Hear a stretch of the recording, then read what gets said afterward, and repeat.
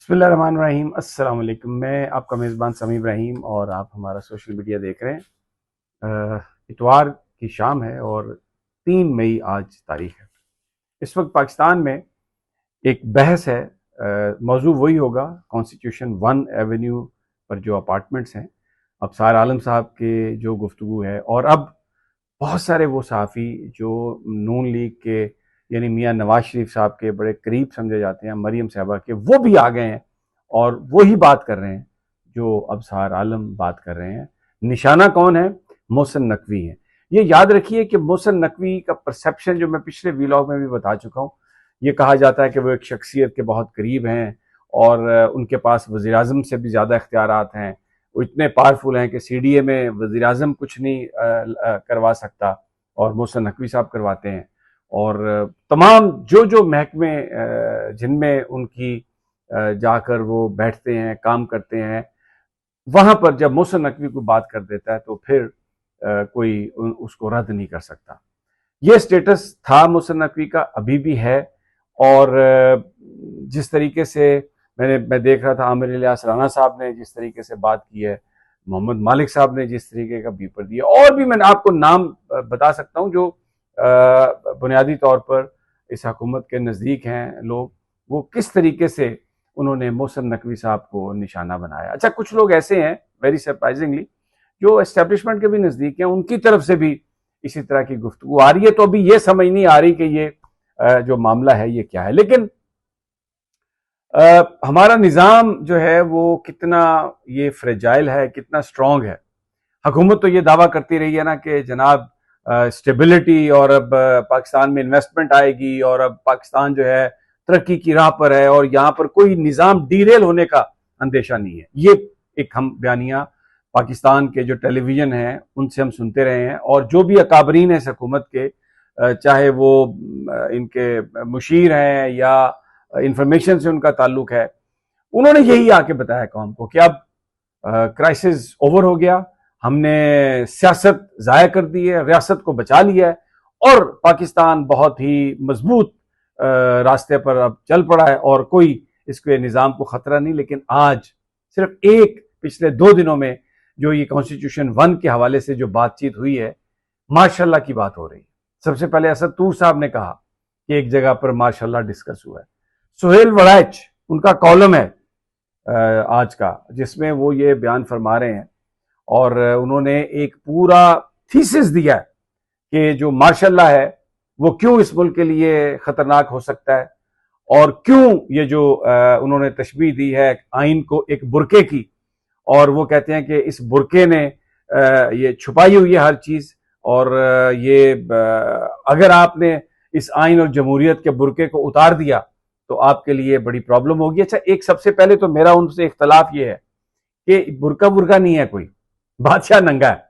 मैं इस कहानी की आगे जाके आपको बताता हूं। अगर फॉर्म 47 की हुकूमत इस तरह से बना के, तहरीक इंसाफ के लोगों को इस तरह से जुल्म करके, अदालतों में इस तरह के बंदे जज बिठा के, और इमरान खान से जो सबसे बड़ा लीडर है उसकी ना फैमिली को मिलने दिया जाता है, हाई कोर्ट सुप्रीम कोर्ट के ऑर्डर्स को हवा में उड़ा दिया जाता है, और जिस तरह तजावजात के नाम पर लोगों की प्रॉपर्टीज पर कब्जा किया गया, अगर सुहेल वड़ाई साहब समझते हैं ना कि ये कोई आईनी और जमहूरियत का लिबादा इस सिस्टम पर है बुरका उसका, तो वो तार तार हो चुका है बुरका।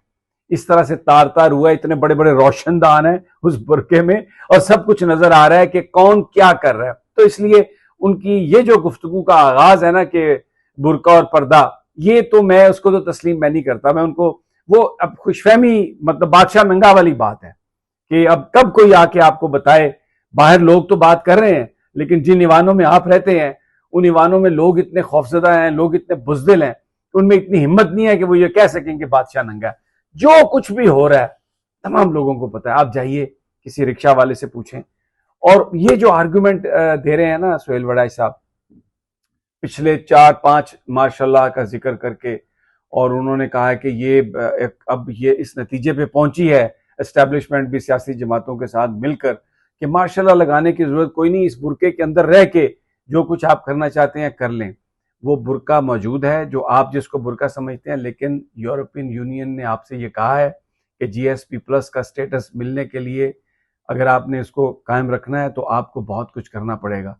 इमरान खान की बीमारी और उसकी जो गिरफ्तारी है उसके हवाले से जो बरतानिया की पार्लियामान में और दूसरे ममालिक में जो गुफ्तगू हुई है उसने आपके निज़ाम को पूरा चाक कर दिया। और ये निज़ाम की हालत ये है कि अभी प्रेस क्लब में मतीउल्लाह जान ने 5-6 सहाफ़ियों को बुलाया 8-10 दिन पहले, और उसके बाद उसको ऑफेयर कर दिया गया, उसकी जॉब खत्म कर दी गई। और इल्ज़ाम जो शहर में लोग हमें बताते हैं वो ये था कि उसने गोरे सहाफ़ियों को पाकिस्तान के निज़ाम के अंदर जो कुछ हो रहा है, सहाफ़ियों के साथ जो हो रहा है, चैनल्स में जो कुछ हो रहा है और असल जो इख्तियारात कौन एक्सरसाइज कर रहा है, इसके हवाले से कुछ गलत इंफॉर्मेशन दे दी है उन सहाफ़ियों को और जिसकी वजह से उनको हटा दिया गया। तो ये निज़ाम की मजबूती की बात है।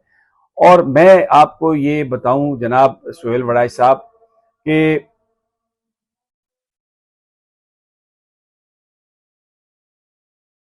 वड़ाई साहब अपने इसी कॉलम में लिखते हैं कि ये जो जमहूरी लिबादा है इसको और बुर्का जो है इसको तो रखना बहुत ज़रूरी है और यही फैसला हुआ है, इसलिए ये कोई इसमें परेशानी की बात नहीं है। तो मैं सोच रहा था कि जिसको वो बुर्का या लिबादा समझ रहे हैं वो इस तरह तार तार हुआ और उसके अंदर एक ऐसी भयानक शक्ल नजर आई है, पूरी कौम सहम गई है। और इस डर और सहम की वजह से कोई ये बताने की कोशिश नहीं कर रहा कि भाई असल मामला क्या है, और हमको सब पता है कि आप क्या कर रहे हैं। और मैंने जैसे पहले कहा कि बादशाह नंगा है, ये वही कहानी है कि बादशाह को सब लोग झूठ बोल रहे थे कि आपने बड़ा अच्छा लिबास पहन लिया है, हालांकि बादशाह ने कोई लिबास नहीं पहना हुआ था, जो भी मिलता था तारीफ करता था। और बादशाह इस बात पर यकीन कर चुका था कि मैंने लिबास पहना हुआ है, और सब इस बात को यकीन से और इस पर यकीन करते हैं। लेकिन एक छोटा सा बच्चा अचानक आ गया और उसने कहा ओ बादशाह नंगा है, क्योंकि बादशाह एक्चुअल में नंगा था। तो बेसिकली जो अवाम है उनके आगे ये हकीकत आश्कार है मुकम्मल तौर पे कि हो क्या रहा है जमहूरियत के निज़ाम पर। और ये जो पार्लियामान है, ये जो अदालतें हैं, ये जो सारा एग्जेक्टिव का खेल है, ये जो बड़े बड़े बयान आते हैं, इनकी कोई हैसियत औकात नहीं। इसलिए कि हम जब अभी देखते हैं कि सुहेल अफरीदी जैसा आदमी जिसके ऊपर पार्टी खफा है कि आपने इमरान खान के लिए कुछ नहीं किया, वो आज़ाद कश्मीर जाता है तो लोगों को देखे, कराची जाता है तो लोगों को देखें, लाहौर जाता है तो लोगों को देखें, मर्दान में जलसा रखता है तो लोगों को देखें। और जिस कदर इस वक्त सोशल मीडिया पर तूफान है जो इमरान खान की हमायत में, तो ये उससे ये बिल्कुल साफ एक चीज वाजे है कि जो कुछ भी कोशिश की गई इस गिलाफ में छुपाकर जो भी वादा डालने की कोशिश की गई, लोगों के सामने वो तमाम फैक्ट्स मौजूद हैं। तो इसलिए ये कुछ नहीं इसका बनने वाला। लेकिन सवाल वही है कि वो सारे सहाफ़ी जो नवाज शरीफ साहब और मरीम नवाज साहबा के बहुत नज़दीक हैं, वो क्यों मोहसिन नकवी को अपना निशाना बना रहे हैं? निशाना मोहसिन नकवी है, या ये कहा जाता है कि मोहसिन नकवी के बड़े ताल्लुकात हैं और वो किसी वजह से यहाँ पर बहुत ज़्यादा उनका इन्फ्लुएंस है। ये उस फैक्टर के खिलाफ है सब कुछ। बहुत सारे लोग कहते हैं कि मैंने पिछले वीलॉग में भी कहा, लेकिन अब उस स्पेकुलेशन में ज़्यादा लोग यकीन करने लग गए हैं, क्योंकि बहुत से वो लोग जो पहले खामोश थे उन्होंने अब बोलना शुरू किया और वो मोहसिन नकवी को उन्होंने निशाना बनाया। और अबसार की जो बात है उसको उन्होंने आगे वो बढ़ रहे हैं लेके। अबसार कोई हैसियत नहीं है उनकी, वो सिंपल एक मोहरा है जिसको इस्तेमाल किया जा रहा है निज़ाम पर तनकीद के लिए, अपने मामलात के लिए बड़े तरीके से। एक आध बंदा एक आध बंदी आप समझ गए होंगे, उसने ये भी कहा है कि नहीं जो कुछ हुआ कानून के मुताबिक हुआ है, उसका ताल्लुक भी उसी पॉलिटिकल घर से है, उन्हीं की साथी है। तो इसकी शायद वजह ये होगी कि ये आर्गूमेंट कि जी हम तो नहीं करवा रहे, ये तो अबसार साहब की अपनी तकलीफ है जो उन्होंने बयान की है, हम तो अबसार साहब को मना कर रहे हैं। शायद ये सब कुछ उस आर्गूमेंट के लिए किया हो। लेकिन कितना ये फ्रेजाइल निज़ाम है कि एक अपार्टमेंट बिल्डिंग के बारे में एक फैसला आया और उसके बाद से जो बयानात हैं अखबारों में, ये बहस छिड़ गई है कि कहीं माशाल्लाह तो नहीं लगने वाला, और क्या माशाल्लाह हमारे लिए बेहतर है या नहीं। और सुहेल वड़ाई साहब कूद कर आ गए हैं और उन्होंने कहा कि नहीं नहीं नहीं, वो लिबादा जो कि फटा हुआ है, मान नहीं रहा है, वो तार तार है कि बस उस लिबादे के अंदर रहें और तभी हमारी सबकी बचत है। मुझे अगली वीडियो तक इजाज़त। देखते हैं कि कैसे आगे मज़ीद ये चीज़ें अनफोल्ड होती हैं। और क्योंकि ये जो आ रहे हैं ट्वीट्स, ये जो आ रहे हैं वीलॉग्स, ये जो एक सोशल मीडिया पर जो जंग है, ये इसका कोई ना कोई अंजाम तो होगा मंतकी, तभी पता चलेगा कि फिर किस ग्रुप का पल्ला भारी है। और मुझे लगता है कि बहुत सारे लोग जिन्होंने कुछ अपनी ख्वाहिशात और अपने जख्मों के बायस कुछ बोलने की कोशिश की है, वो अपनी इसी तनख्वाह पर ये अपनी नौकरी करते रहेंगे और बस मरी और पिंडी, इस्लामाबाद और लाहौर का चक्कर लगाते रहेंगे, मौसम एंजॉय करते रहेंगे। इससे ज्यादा मुझे नहीं लगता उनकी कोई औकात है, और जिनके पास ताकत है वही प्रिवेल करेंगे। इजाजत दीजिए, अगली वीडियो तक फिर अल्लाह ने